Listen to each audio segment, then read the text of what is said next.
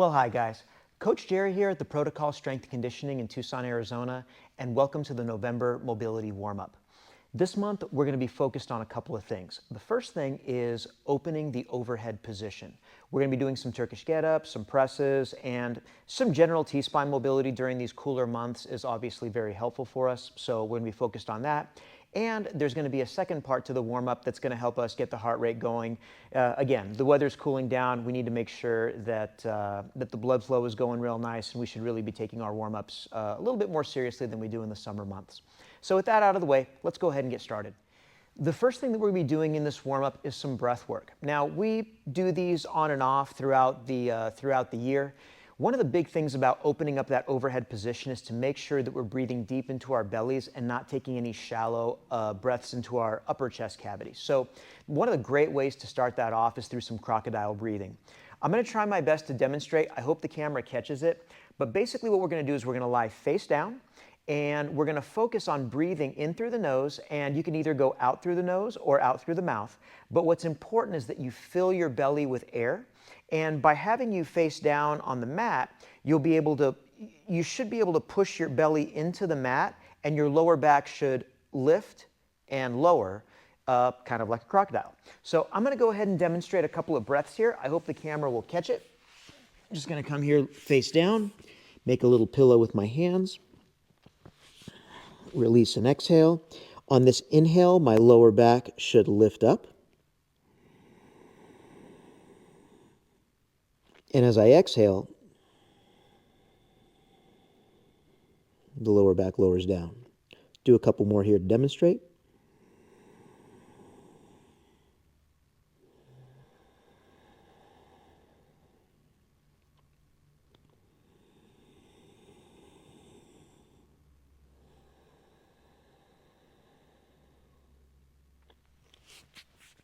In this warm-up, we're going to be doing 5 crocodile breaths to start.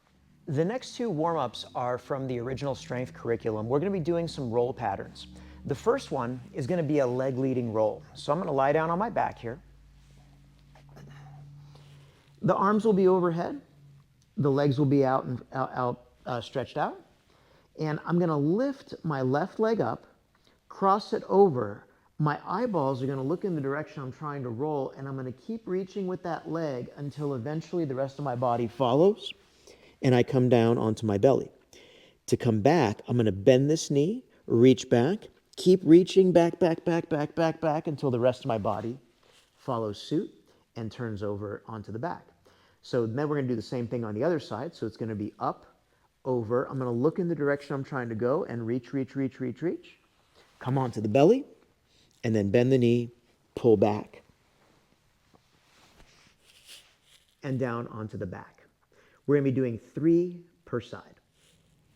Now we're going to do the same drill, only now the arm is going to be leading instead of the leg. So instead of picking up my legs, I'm going to press my legs together. I'm going to reach up with my hand, pick up my head, look over in the direction I'm trying to go, and reach with the arm and come down onto the belly. To go back, obviously my arm doesn't bend this way, so I'll have to sweep the arm down towards my side. And then I'm going to look over to my left in the direction I'm trying to go, reach, and come back onto the back. We're going to do the same thing going the other way.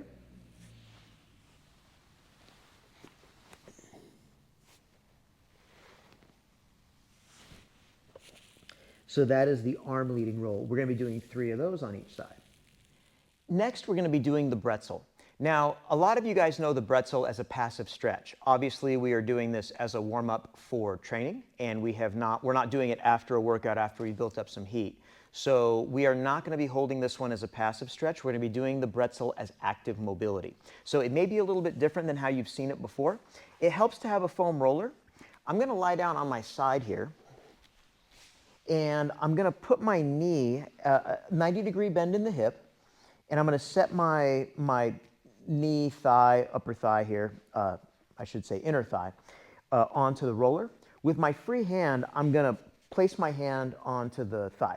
Now, when you start to move in this, your body's going to want to cheat and lift this leg up off the roller. So having this hand down here kind of helps you keep that leg honest. Now, with this free hand up here, so this side it's going to be my left hand, I'm going to grab a hold of my rib cage. And if you can reach underneath there, great. If you need to be like more on your belly, that's fine too. I'm going to set my head down on the ground. If your neck bothers you, you are welcome to put another foam roller or like one of the mats, like roll up a mat or something. It shouldn't be bothering your neck. So this is the basic setup. Now I'm going to take some air in, and on my exhale, I'm going to work to get this shoulder to the ground. It's going to look like this. Inhale, exhale. Inhale, pull out. Exhale, drop in. You're going to be doing 5 of these. Now, if you've done these before as a passive stretch after a workout, you may notice that you're able to get down to the ground a lot easier. This may be quite stiff. And we're going to do 5 on one side, and then you'll flip over and do the other side. I'm going to go with my back to you so you can see how this shoulder is working down to the ground. Now, this is my stiffer side, so I'm being a good sport here to show you guys my stiff side. So inhale in, exhale as you drop in, get that head down to the ground, and then actively work in and out of this range of motion. Inhale up, exhale down, and then just gently work to get that shoulder to the floor. 5 rotations per side. The next drill is what we call the lumbar lock. This is done from a somewhat modified child's pose position, so the knees are about the width of the mat, the big toes are touching, so kind of in a V position here. Instead of going into a full child's pose, I'm actually going to come down to my forearms. So we call it a modified child's pose because you're not flattening yourself all the way down. I'm going to take my right arm and stick it right in the center right between my legs here. I'm going to take my left hand and place it with my palm facing up on my lower back. As I move through this range of motion, I'm just looking to open my chest towards the ceiling. Now, you want to be careful here not to make this all about your neck. This is not a lumbar lock. You're trying to move through the center of your body to open as much as you can. If this is really stiff on you, you're welcome to do more reps. I think we're going to recommend about 5 here per side, but you do as many as you need to feel like you've opened up here. Notice my forearm is not lifting up off the ground. When you switch sides, you want to replace that hand. Again, that forearm is going to be dead center here in the middle of the mat. Palm faces up on the lower back. And again, you're going to have one side that's going to rotate a little bit better than the other, but we just want to focus on that thoracic spine mobility.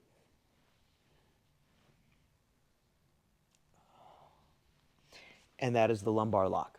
So now that we've gotten all that T-spine opening done, we should be feeling really good in that overhead position. We're going to go ahead and move on to phase 2 here of the warm-up, which is we're just going to get the heart rate going a little bit. The exercises that we're going to be doing next are a one-arm swing and the prying goblet squat. We do these a lot in the warm-up, so I'm not going to go too crazy into the explanation. You want to use a nice light kettlebell. You'll start with 10 one-arm swings on one side.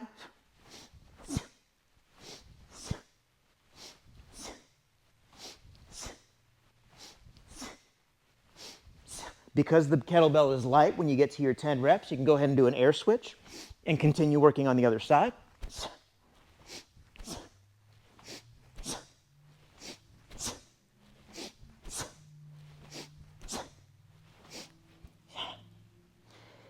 And then from there, you're going to go right into your prying goblet squat. You'll notice I'm off my mat. I like to be flat on the ground for this one.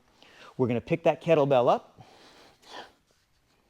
into the goblet position, settle down into a nice deep squat, and then we're just going to rummage a little bit here. So I'm going to push my knee right over those 2 middle toes, a little bit of ankle mobility on both sides. Next, with my elbows on the inside of my thighs, I'm going to push my thighs out and pull back in. You can also poke that kettlebell out and open the chest. So just a little bit of mobilization down here. When it's time to get up, don't forget to get that pressure back in your abs. We're going to be doing 5 of these prying goblet squats. It's not necessary to rummage around a lot down here. You can just, on the subsequent reps, you can just do a few mobilizations here. And when you get your 5 reps, go and set your kettlebell down.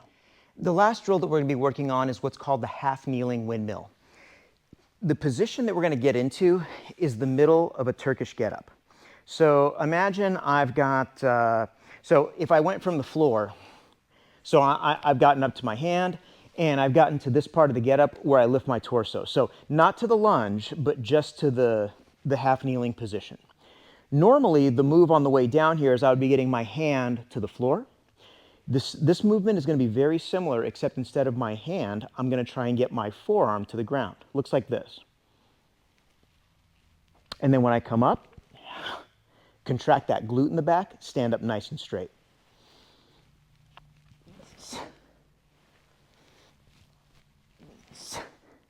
We're going to be doing 5 of these per side. Again, you are going to notice that you're going to have one side that's going to be significantly stiffer than the other, or you might.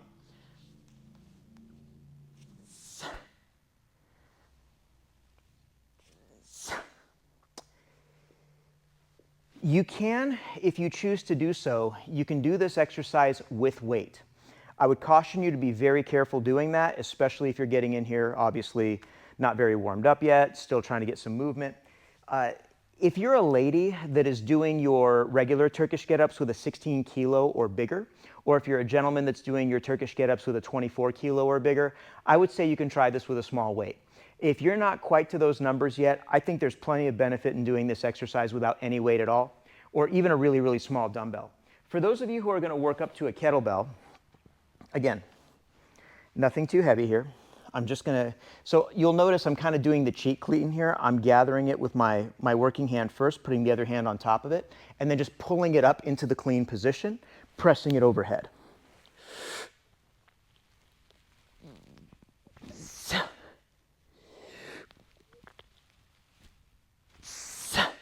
Notice I'm not falling into the position.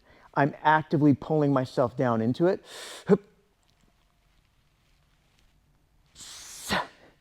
And when you bring it down, you can take a hold of it with both hands and safely bring it down.